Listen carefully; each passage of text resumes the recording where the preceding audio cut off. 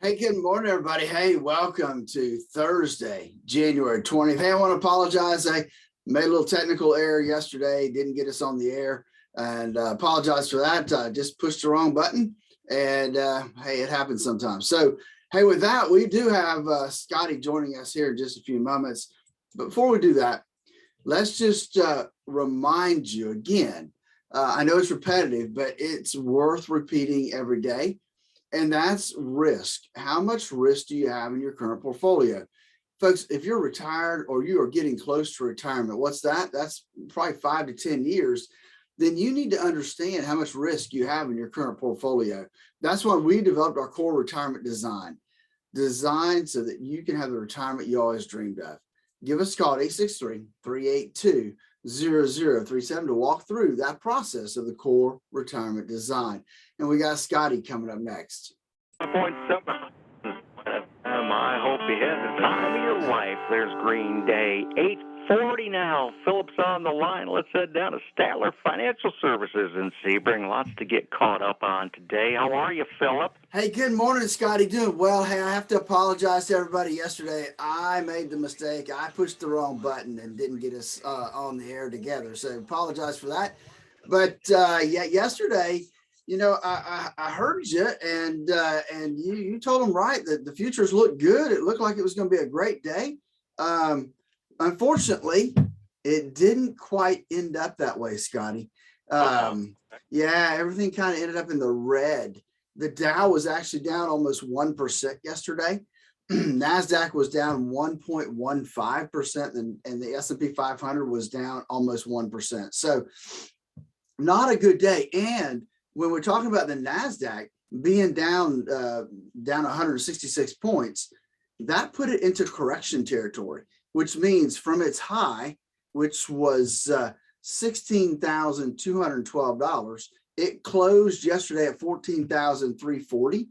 That means it's down more than 10%. It's actually about 11.5% down. So that puts it officially as in correction mode. And so that's why we did see it start to bounce up a little bit during the day after it had fallen. So, hey, something to keep our eye on to see, because indexes can be different, right? We can have indexes that are in correction. We can have indexes that are in bear market mode and other indexes that are not. So we have to kind of look index by index at what's happening. And the NASDAQ is now in correction territory.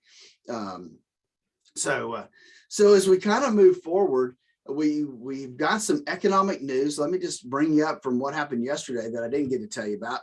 Housing permits came out. Building permits came out yesterday, as well as housing starts. Both did better than expected.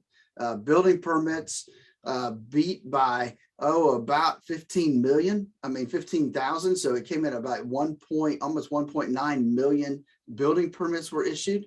And then we had housing starts come in at 1.7 million, a little bit better than expected. So it looks to me like the real estate market, the construction market seems to be doing okay, Scotty, as we look at that section. This is Thursday. Thursdays is always jobs day. We have the initial unemployment claim. That was a little disappointing. It came in at 55,000 more than expected.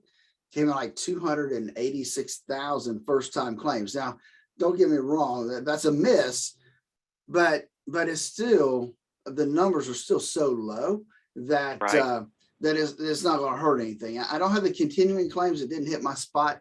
Didn't hit my sheet today yet. But that gives us an idea of kind of where we're at. We have existing home sales will come out at 10 o'clock today, and we'll talk about that in tomorrow morning. Sure. So we have some earnings that have come in, and the earnings are kind of we've got some travel stuff. We got the airlines, so we got American Airlines reported. They now we expect, Scotty, that all the airlines are going to lose money. I mean, because let's face it, the fourth quarter they had a lot of issues. And American Airlines did lose money. They lost $1.42 a share, but that was better than expected by about 6 cents a share. Revenue came in better than expected as well. Had some good numbers for holiday. Travel, so they're trading up 1.5% at about 17.50 a share. The other airline that reported today was United. United, not as good. I mean, they lost $1.60 a share, which was better than expected. They were expecting $2.11 a share. Revenue top forecast, but United, the Omicron variant has really hurt them in terms of short-term bookings, and then it's expected to give them kind of a negative impact this quarter, probably temporarily, but still a negative impact. So they're trading down actually 1.1%. Yeah. Okay. Boy, the airlines have really had a time last couple of years, haven't they, Phil? All the travel industries. Yeah, you're right. All the travel industry really has suffered through this whole COVID thing, and those people that are coming out on the other side are hopefully going to come out stronger and be able to recoup quickly. I got a couple other ones for you, Scotty. We got Travelers Insurance Company reported. They beat substantially. They came in at $5.20 a share. They were expected to make like $3.86 a share. So well above expectations. Revenue beat forecast. They benefited from strong results in their investment income, right? Part of their money's in the stock market. That's done well. Sure. And underwriting. So they're trading up 4% this morning. So pretty good little bump for them. They're getting really close.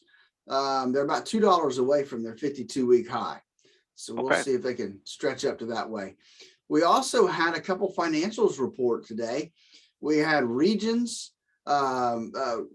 That's I call it the Green Bank, right? They're right. The Regions guys. They're out there. Don't have exact numbers, but I know they missed. They missed on earnings. Revenue came in just as expected. So that's hurting Regions this morning, down almost 5%. And then I have Discover Financial, Discover Card. They missed by about 5 cents a share, came in at 364. Revenue missed forecast. And so that's putting some pressure on Discover. They're down about 2.1% this morning. Scotty, the last one I have for you used to be the company that we had every year, every quarter that would lead off earnings, and that's Alcoa. Alcoa now is not the first one to report, but they beat estimates by 60 cents a share, came in at $2.50. They're benefiting from rising aluminum prices, and so that's helped them this morning up 2.3% before the market opens up today. So it looks like it's kind of a mixed bag when it comes to the travel and to the financial sector. More negative news than positive news today.